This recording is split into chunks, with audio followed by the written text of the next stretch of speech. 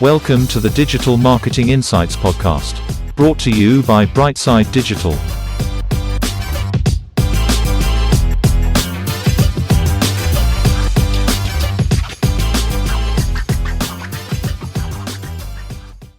Hi everyone, welcome to the show. I'm delighted to say I have Morgan today, who's the co-founder of 121 Training. How are you doing, buddy? Training121, I should say. Yeah, very good. Thank you very much, Tom. Thanks for having me on. And Morgan, just to start off, tell everyone a little bit about yourself and your career today. Yeah, so my name is obviously Morgan Biggs. I'm a co-founder with Training121, we're a supplemental football coaching company. I'm also a coach as well. So my predominant job would be actually coaching. We work with players from as young as 5 years old to players playing in the professional game. So we've worked with 6 senior internationals at Irish level, both male and female. But like I said, we work with players mainly from grassroots level, so from as young as 5 all the way to players who are playing obviously senior football. So my predominant job will be obviously as a coach, but since we've started, I think it was about 4 or 5 years ago, definitely 4 years ago properly, we've developed a decent community on socials. We're obviously quite big on short form, so on Instagram and TikTok we've seen huge spikes. We're just at 198,000 followers on Instagram, and then we've gone over 200,000 followers on TikTok as well. So obviously we don't see ourselves as just a football coaching company. I think any company who takes themselves seriously in the modern day sees themselves as a media company and a digital company as well. It's being able to marry the both, and I think what we do very well at Training121 is not just obviously coach well. That is our main job, bring as much value to players on pitch, but also to the wider football community and those who are just entertained by football and what it has to offer. We like to think that we tick most boxes, and obviously there's a lot of improvement there. But for myself personally, nothing massively interesting bar starting Training121, to be honest with you. I done now correlated quite nicely. I finished college in 2019 or 2020, it might have been, just went during COVID. I went to Maynooth University. For anyone who obviously knows Kildare, it's a big enough university in Ireland, but I coincidentally, again, correlated, I done marketing in Maynooth University. Not that it was massively digitally based, but it's not a bad spine to have. And then as that was kind of just as I started that, just like as I got out of the end of school, so going into first year college, I decided to take Training121 very seriously. So I was playing at a good level, not anything substantial. But then as soon as I kind of got into college, I was like, right, Training121 is what I want to do. I didn't know what it was, and it's funny enough, when I speak to people nowadays, think, how did it start? I'm one of my partners, obviously he's my brother as well, Gary. He mentioned when I was like 10, 11, I said something that resonated with him, that I don't know what it was, but I wanted to do something to do with football and photography. And then so it just so happened that Training121 came about, not consciously, that was definitely subconscious.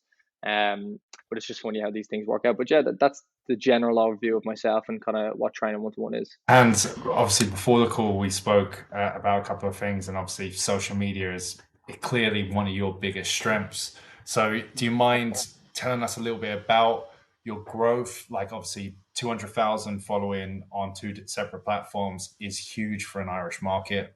I'm very impressed by that. So yeah, do you mind running through your process, how you've built that following? And obviously it is great content, so visualize it for the people that might be listening. Yeah, thanks very much. So probably the best way of describing it, the football market and the sporting market is obviously, it's huge.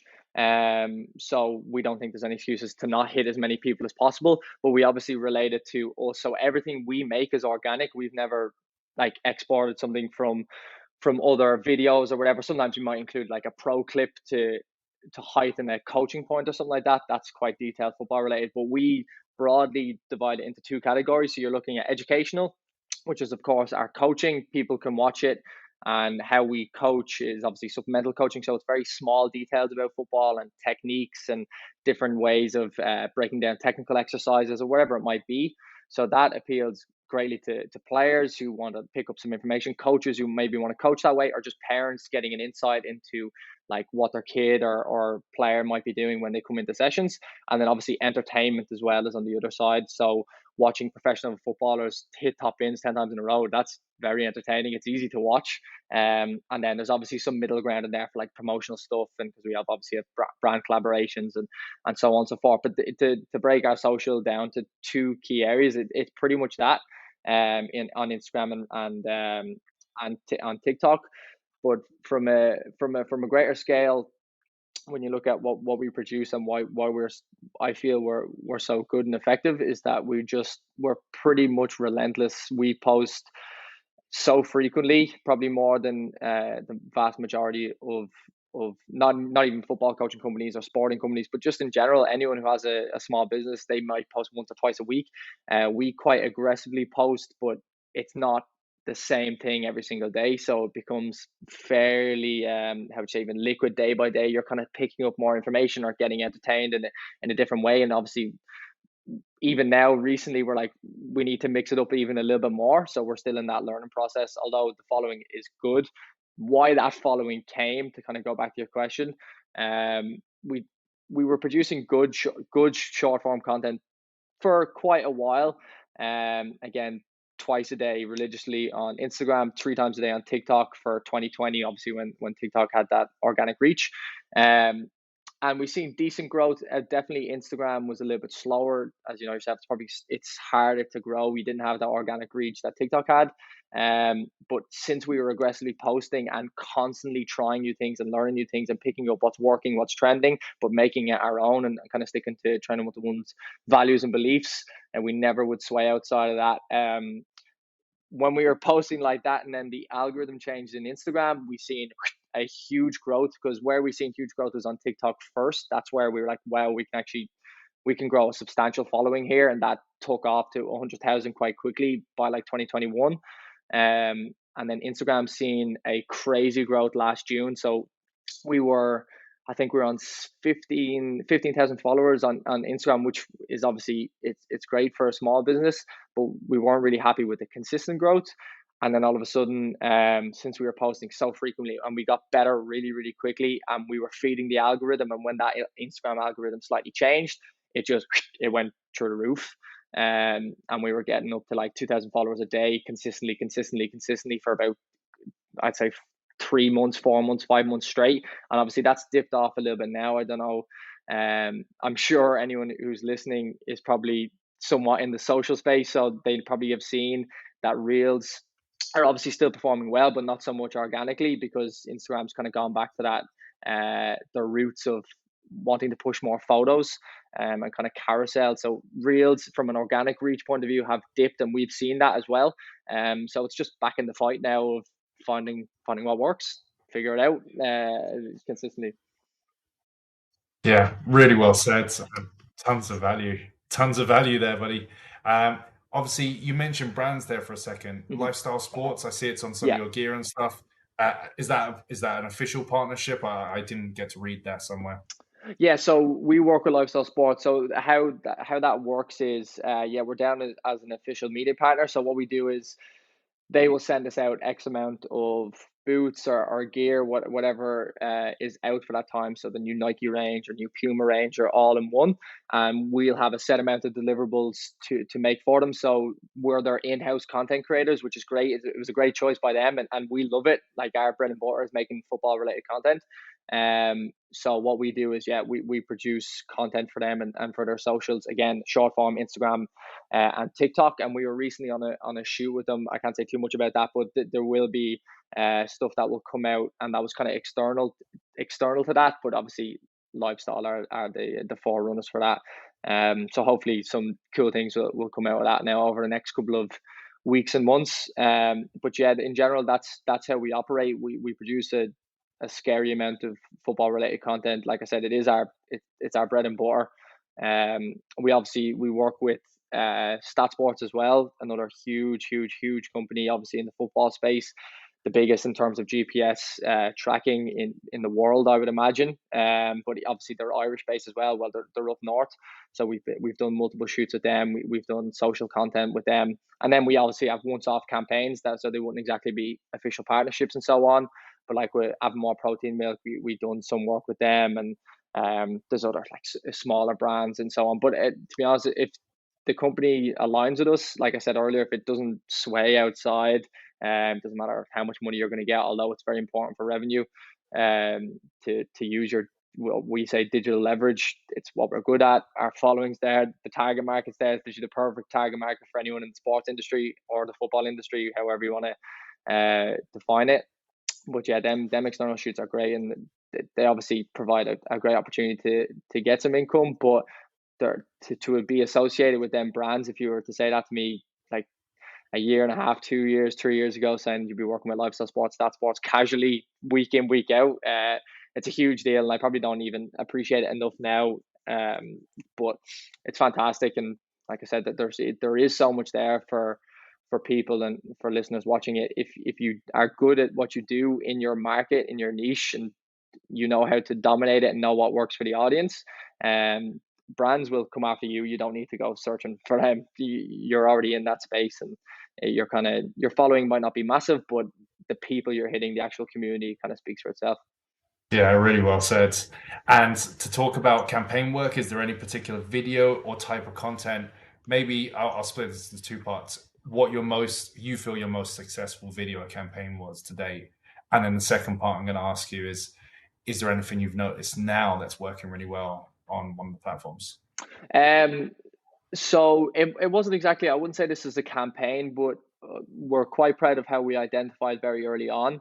As I'm sure most people have seen across socials, and it's kind of common courtesy now, everyone knows about it, but how satisfying content really just slapped about 3 years ago. I know there's like the ASMR stuff and all, which I think is a bit mad, but it works. A lot of people really like it. But just satisfying visuals or sounds in general. So we noticed that very early on, funnily enough, because we had a friend of mine, Tal, who's an extremely creative guy. We were out in Raheny. So this is when we were really small. We were like traveling to venues and stuff. We were still tiny. Myself and our other co-founder, Gary, the other Gary, not my brother, Gary Daly, we were just hitting long passes across an Astro. And whatever way the ball was skidding, so it's called a daisy cut, or whatever way it was spinning across the ground, we we're like, that looks kind of cool, but it was only just from recording. The angles were terrible, but it just looked kind of cool. And we posted on the story, not with any like intention. And I know a couple of my mates at the time, so we still would have been small at the time, only a couple of thousand followers, said that looks deadly or whatever. And it kind of triggered something with me because I'd seen things going on in kind of social space at this time. And obviously I was still quite young at the time. I was like, that could work. So we decided to like start making content around it. And then the first video that got over 1 million views on TikTok was a satisfying daisy cutter. And then there was one that hit really well organically. So we weren't actually trying to do it. It was just we were working with like a fullback. And I was playing passes out to him, but you could see the ball kind of skid across the ground in the background. We cut it, and the sound was good. It was kind of a foggy day, and we're like, that could do really well. And that went and hit 7 million within a couple of days. So that type of thing, that really got us into the eye then on TikTok. So from one video like that, you could be looking at over time a cumulative like 20, 30, 40,000 followers, which is like, that's substantial just from one video or one style of video. So things like that, I think we're quite good at recognizing what works, and then doubling down on it. Like there is no secret recipe. You need to go out there and record it, film it naturally so it makes sense, and get better at it over time. We have gradually gotten better at it. So probably that, identifying that quite early as opposed to just like a single campaign. I think the lifestyle campaign coming up is a big deal as well. So that was amazing to do. Not even just to be a part of is great, and you're around such good people. I think there's a lot more to come there. So that from a campaign point of view, probably that. What I see now, to answer your second question, in terms of what's working now for us especially, I suppose what I see an awful lot of now, if you go on YouTube Shorts, TikTok, Instagram Reels, whatever it is, the use of captions. So like having auto captions either come on and then editing them, because a lot of people will throw them on. I see this an awful lot. Maybe people aren't just as experienced in it, or just don't have the eye, or just don't want to have the eye. They're making content because they know it works, but they just don't really care for it. So getting really intricate with your font choice and the colors and expanding text and softening text, and we've experienced, or we have been how would you say, sampling with that for the last 2 months, because I've wanted to do it for a long time from our associates, because I would be class as the head of social, although we all do so much going on. It's not just myself.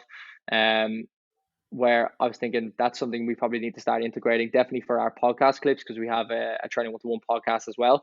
But then I started seeing it for coaching points. I think that could play really, really well, and it's been working. The reels and the TikToks have been just, it's so much easier to watch something where there's more than just one thing going on. So just a flat video with no layers. If it's got text, if it's got visuals, if it's got sound effects, if it's got like introduction of images, let's say I'm talking about, there's one thing we always say about like a Coutinho finish, so a certain technique, if he pops up on the screen and you have a visual to pop up with that, and that's done with real care, and you build that up over time, that's where we're seeing substantial returns. But again, return on investment, not in terms of money, but time. That takes a lot of time to learn and sit down and do. So I had, just at the end of last year, so going into the start of January, we were meant to restart in our off season. I actually ended up getting COVID, so I was kind of sitting around for 2 or 3 days. So I sat and just on the Xbox watching YouTube videos, and just sat and learned how to use CapCut. And within a day or two, really started implementing, sitting on it for hours. And then now it's just like part of routine. But that day or two, it doesn't take too long if you really care about it to invest that time. The return of time, or the investment of time that we've put in is huge, because the videos are doing well. They're not bad. There could be so much better, which is also kind of exciting as well. So yeah, that's definitely something I'm seeing now, the use of captions and putting real attention into layering your videos, as opposed to just having it kind of flat. That's brilliant. Yeah, like that was going to be my next question, is in terms of equipment and editing, like what do you use? And I've noticed, like I noticed the kind of yellow and black, and then you throw in the odd white and red from time to time. You can see you're kind of playing with the text, but from an external point of view, it looks excellent at the moment. You've definitely got a good routine going. I suppose my next question is it mainly like iPhone's kind of job when you're recording, or have you guys stepped up in terms of your recording equipment? Good question. Yeah. So one, I think, key thing to know is we invested in an iPhone, so we all have an iPhone anyway, so we were using them. The only issue with that was storage. So we produce crazy amount of content, because obviously every time we're on pitch, we have a TY student who works with us, but like he's absolutely incredible at what he does. So he would just go around with a phone, and a lot of that content would just be clipped for stories. So the immediate impact of just going up and showing what we're doing, and it's all raw, all natural, doesn't need any post, just clip it, put it up. Because a lot of that doesn't require any time. It's just the video speaks for itself. It's storage just to highlight it.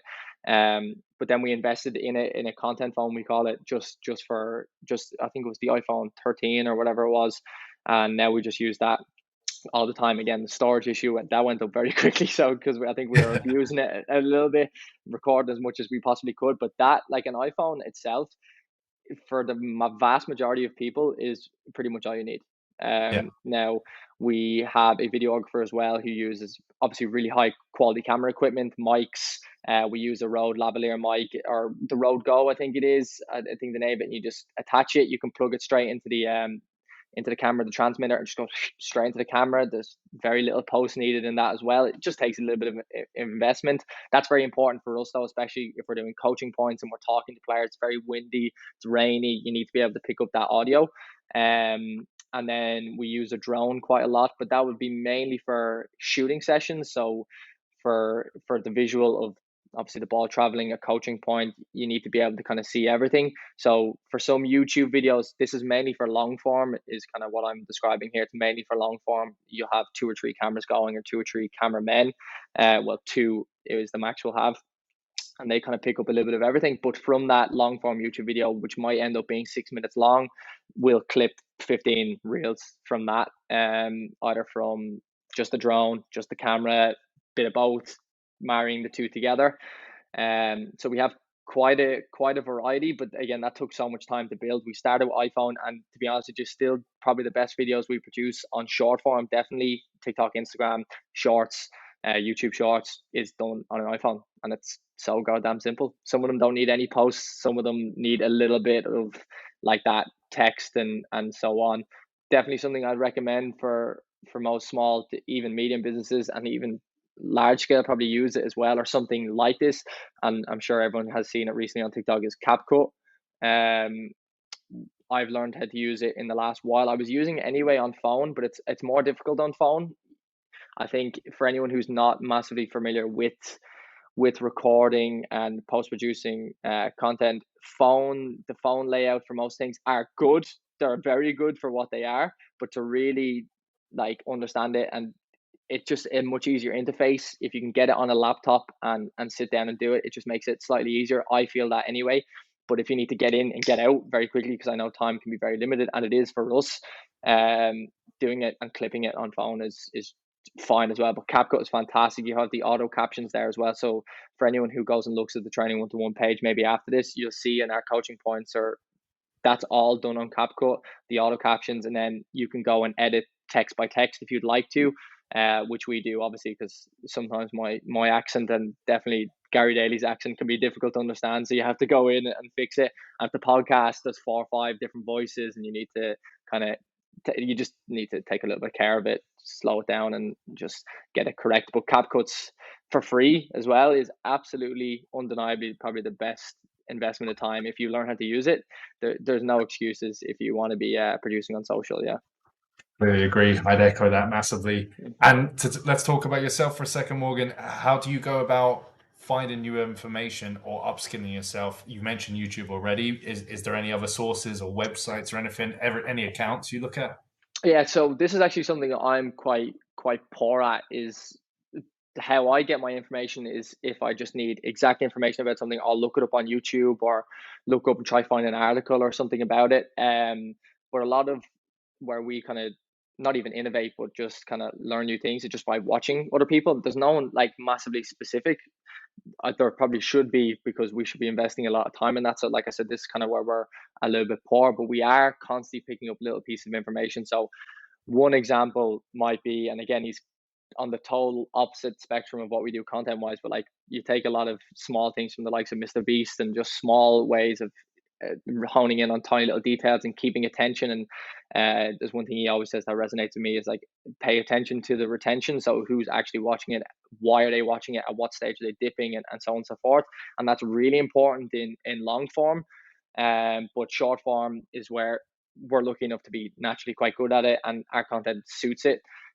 So yeah, taking in new information. We don't have like a direct source. YouTube should be any content creator's best friend, because not only is it entertaining, but there's so much value from a lot of people on there. So if you need some specific information about anything, I don't think there's any excuses to go and find it. So if we have something specific, yeah, we'll go and just search it up or whatever.